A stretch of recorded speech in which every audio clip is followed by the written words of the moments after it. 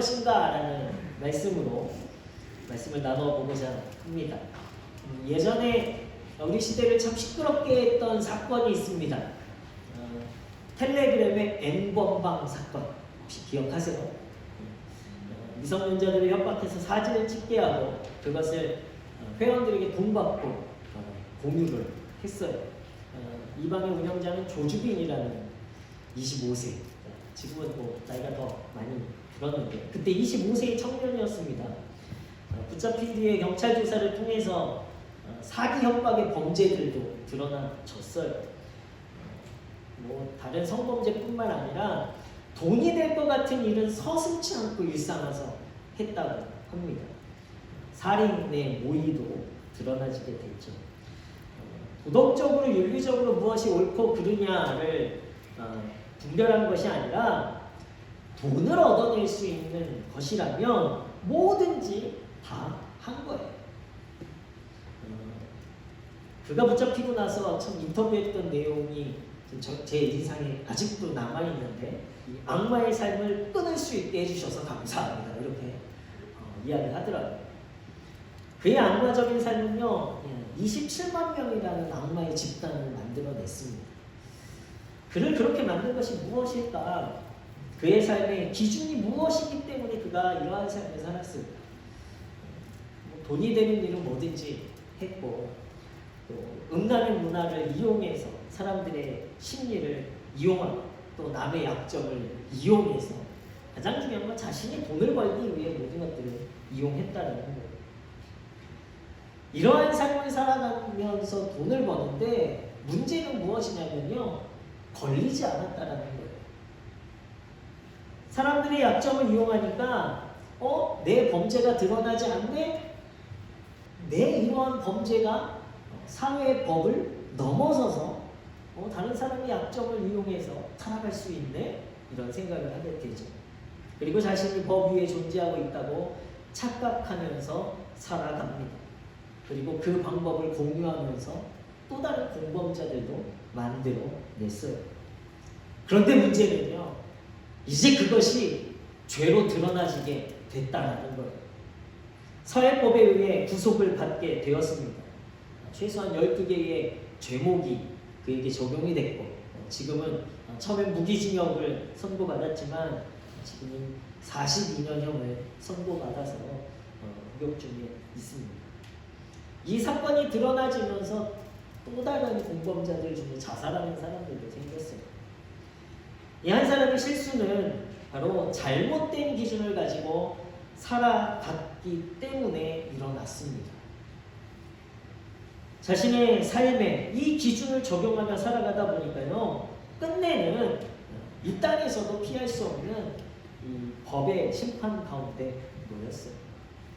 저는 이 사건을 보면서 우리 신앙의 문제도 한번 생각해 보게 되었습니다. 나는 참 잘 살고 있다라고 생각을 했는데 이게 아니구나. 이 땅에서 우리가 죄 안 짓고 착하게 사는 것이 다가 아니구나. 생명의 성령의 법이 아니고서는 내 삶이 심판받는 날에는 후회할 수도 있겠구나라는 생각을 하게 되었습니다. 우리가 세상에 속해서 살아가지만 성도는요, 더 큰 진리의 기준을 가지고 살아가야 하는 사람들입니다. 성도는 영을 따르는 자들이에요. 세상의 법도 따르지만 그것을 넘어서서 하나님의 법을 따라 살아가야 하는 사람들입니다. 그런데 지금은요, 이 땅에 살아가기 때문에 하나님 나라의 법이 희미하게 보여요. 우리의 죄, 세상의 욕심, 내 만족대로 살아가는데 조주빈과 같이 현 시대의 이 사회법의 테두리 안에서 내가 선하게 법에 걸리지 않고 살아가고 있으면 나는 이 땅에서 잘 살아가고 있다라고 생각합니다. 그런데 문제는요, 심판의 때가 오면 우리의 죄는 여지없이 드러나진다는 거예요. 그때는 하나님 나라의 적용을 받게 되기 때문입니다.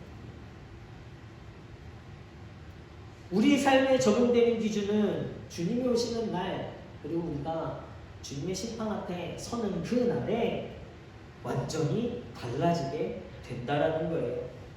지금까지는 육을 따라 생명에 유한한 이 세상의 법을 따라 살았다면 당연히 영원한 생명을 위해서는요, 영원한 생명의 법으로 기준이 달라지게 된다는 거예요.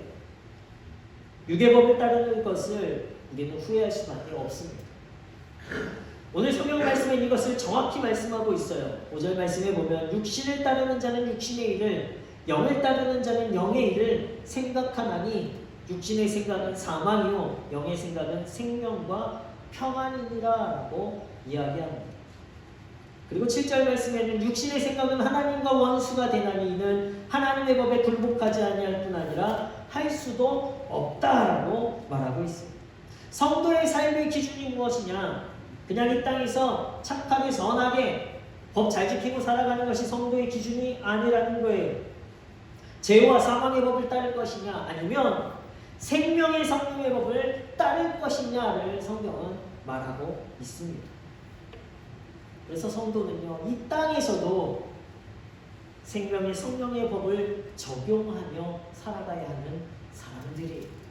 더 쉽게 말씀드리면 이 땅의 법을 지키며 살아가는 기준을 넘어서서 더 크신 진리, 바로 예수 그리스도를 삶의 기준으로 적용 삼아 살아가는 사람들이라는 것입니다. 예수 그리스도가 기준이 되는 삶이 되어져야 해요. 왜 그렇습니까? 하나님 나라의 심판과 이제 영원한 생명의 나라를 살아가는 생명의 성령의 법에 속한 자들이 되기 때문이에요. 그래서 2절 말씀에 이는 그리스도 예수 안에 있는 생명의 성령의 법이 죄와 사망의 법에서 너를 해방하였음이라 라고 말씀하고 있습니다. 우리가 이 땅에 죄와 사망의 법을 적용한다는 것은요, 쉽게 말해서 죄를 지으면 형벌받는 법이에요. 그래서 죄 짓지 않기 위해서 우리는 법을 지킵니다. 엄격한 율법이 다스리는 나라에서는요, 누구에게나 예외 없이 적용되어지는 법이에요. 예수님 당시 유대인들은 사회법이 곧 율법이었습니다. 율법의 모든 조문을 낱낱이 지켜야 하는데 도리어 그게 너무 어려운 거예요. 율법이 우리를 구원하는데 이것을 지키려다 보니까 도리어 죄를 져요. 아이러니하죠. 이 법에 적용받는 사람들은요, 결국엔 죽을 수밖에 없었다는 거예요. 하나님 앞에 온전히 나의 선을 드러낼 수가 없었기 때문이죠. 결국 이 율법이 우리를 자유케 하기보다는요, 그것을 지키지 않으니까 도리어 더 큰 죄의 부담과 그 무거운 짐 가운데 살아갑니다. 죄와 사망의 법을 적용하며 살아가니까요, 도리어 그것이 나를 더 억눌려요. 이것을 안 지키면 어떡하지? 이것이 잘못되면 어떡하지? 제가 오늘도 1부 예배 때 청소년 친구들한테 이야기했던 게요, 차를 운전하다가 주황불에, 저희는 다 어떻게 해요? 주황불이면 다 쓰셔야죠. 네, 다 쓰시는데 저는 그러지 못해요. 그래서 주황불에 도리어 더 밟아서 지나오는데 하필 그곳에 70km 신호위반 가속 카메라가 있는 거예요. 처음에 밟을 때는 그런 생각하지 않는데요, 밟고 나서 지나오고 나서는요, 그 다음부터 이 70km 신호위반 가속 카메라가 저에게 무엇이 되죠? 부담과 걱정과 염려와 근심거리가 돼요. 사람들에게 법을 지키고 더 안전하게 질서를 유지하는 이 법이요, 도리어 이제 저에게는요, 무거움이 되어지는, 부담이 되어지는. 그다음부터 무슨 생각할까요? 과태료 날라오면 어떡하지? 찍혔나? 아니, 안 찍혔을 거야. 혼자 여러 가지 생각을 하면서 며칠을 삽니다. 이게 세상의 죄와 세상의 법이에요. 그 법의 테두리를 벗어나면요, 우리는 도리어 더 그 법 때문에 무거워져요. 어려워져요. 힘들어져요. 믿음으로 서지 못하고 세상적인 방법과 내 생각과 내 뜻을 의지하다 보니까요, 도리어 세상의 법에서는요, 실패하게 되고 좌절하게 되어집니다. 좌절과 낭만 가운데 있다가 나에 대한 원망으로 이어지고, 나에 대한 원망은요 이제 곧 하나님의 형상을 닮은 내가 하나님을 향해서 원망하기 시작합니다. 이것이 세상의 법, 죄와 사망의 법을 적용하는 사람들의 모습이에요. 그러나 생명과 성령의 법을 적용하면 달라집니다. 예수 그리스도의 십자가 복음에 나타난 하나님의 의를 믿는 믿음으로 받아들이면 누구나 구원받을 수 있다는 새로운 법이 우리에게 적용되어져요. 죽음으로 처벌하는 법에서 사람을 해방하여 살려주는 법이기 때문에 생명의 법이 되어지는 거예요. 하나님에 대한 신뢰로 사는 삶입니다. 두려움에 대해서 극복할 수 있는 믿음이 생겨나는 삶입니다. 내게 있는 두려움을 세상적인 방식으로 해결하는 삶이 아니라 믿음을 적용하는 삶이 되어지는 거예요. 내 삶을 하나님이 주인 되신 삶으로 살아가기 때문에 우리는 염려와 걱정과 두려움의 무거운 가운데 있는 것이 아니라 하나님이 하실 거야. 하나님이 나를 도와주실 거야. 하나님이 이루어 주실 거야. 실패 속에서도 하나님께서 나에게 더 좋은 길로 인도해 주실 거야. 믿음이 되어지는 거예요. 소망이 되어집니다. 기쁨이 되어집니다. 만족이 되어집니다. 생명의 법을 내 삶에 적용하니까요, 우리의 삶이 바뀌어지는 거예요.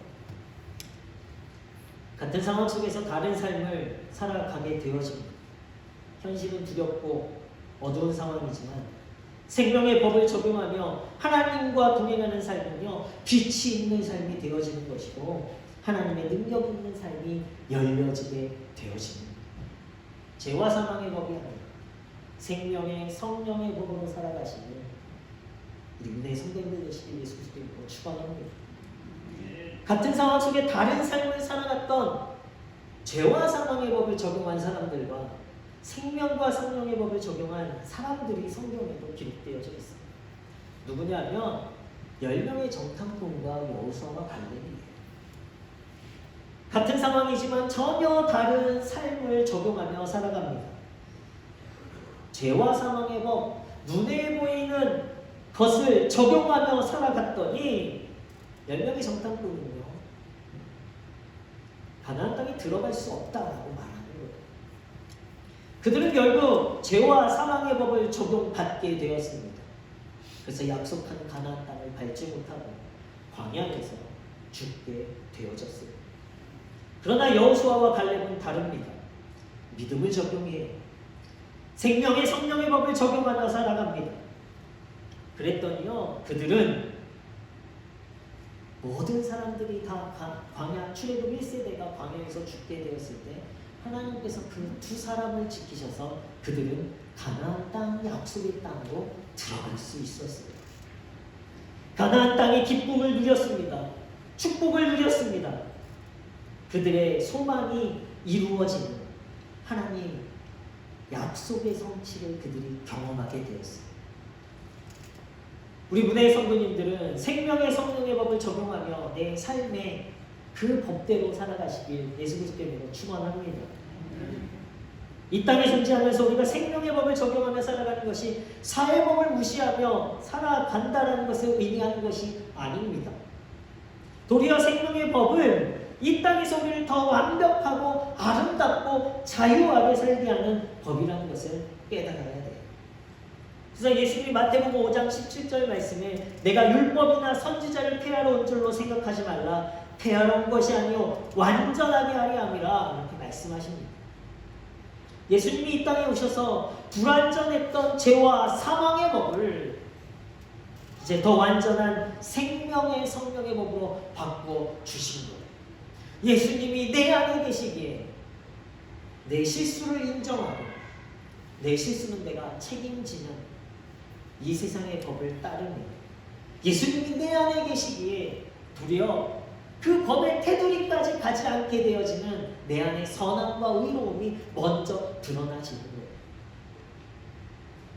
거예요. 율법으로 인해 우리의 죄는 드러나졌습니다. 지키기가 힘들어졌어요.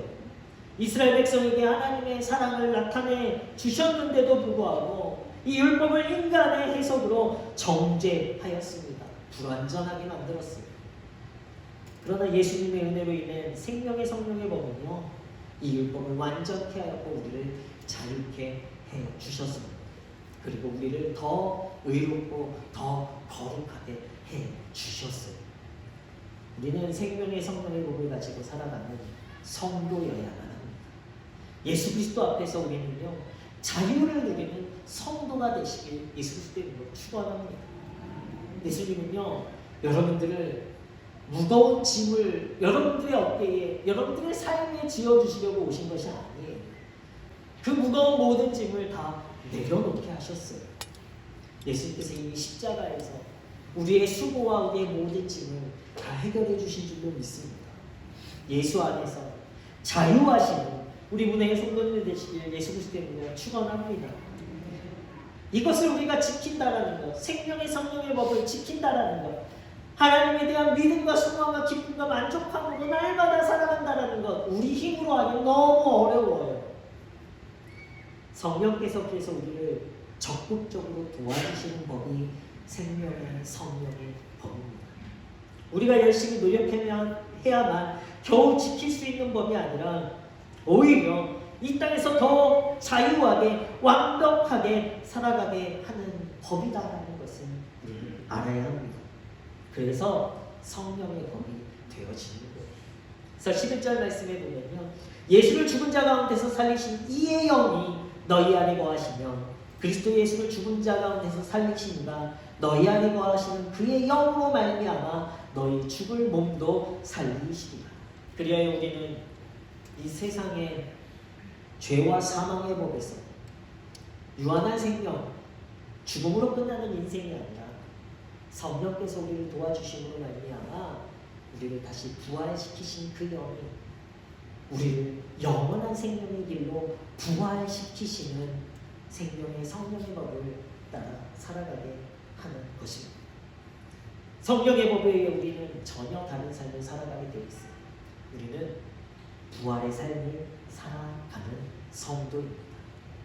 죽음을 두려워하지 마시고, 때로는 나의 실수를 우리가 두려워하고 이것은 내가 책임지려고 하는 것이 아니라 이 실수는 인정하고 하나님 앞에서 회개함으로 말미암아 더 완벽하게 하시는 자유를 이루시는 성도들이 되셔야 할 줄로 믿습니다.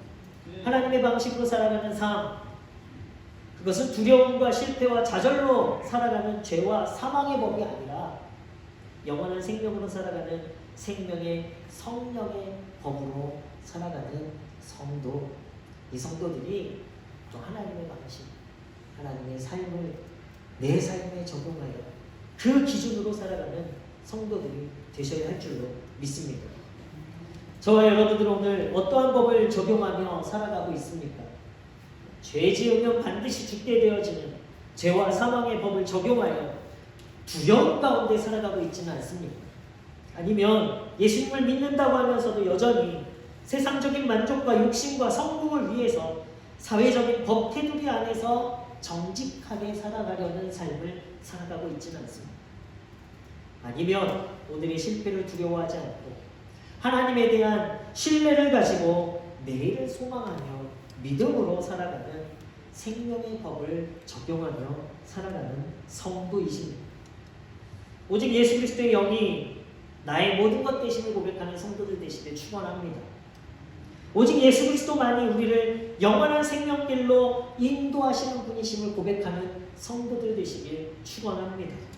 주님만이 내 소망이 되시고 주님만이 우리를 통해 영광 받으실 줄로 믿습니다. 주님 안에서 자유한 성도, 두려움과 또 불안과 아픔과 상처를 가지고 살아가는 삶이 아니라 은혜와 기쁨과 감사와 찬양으로 살아가시는 생명의 성령의 법으로 자유한 우리 믿음의 성도님들 되시길 예수 그리스도의 이름으로 축원합니다.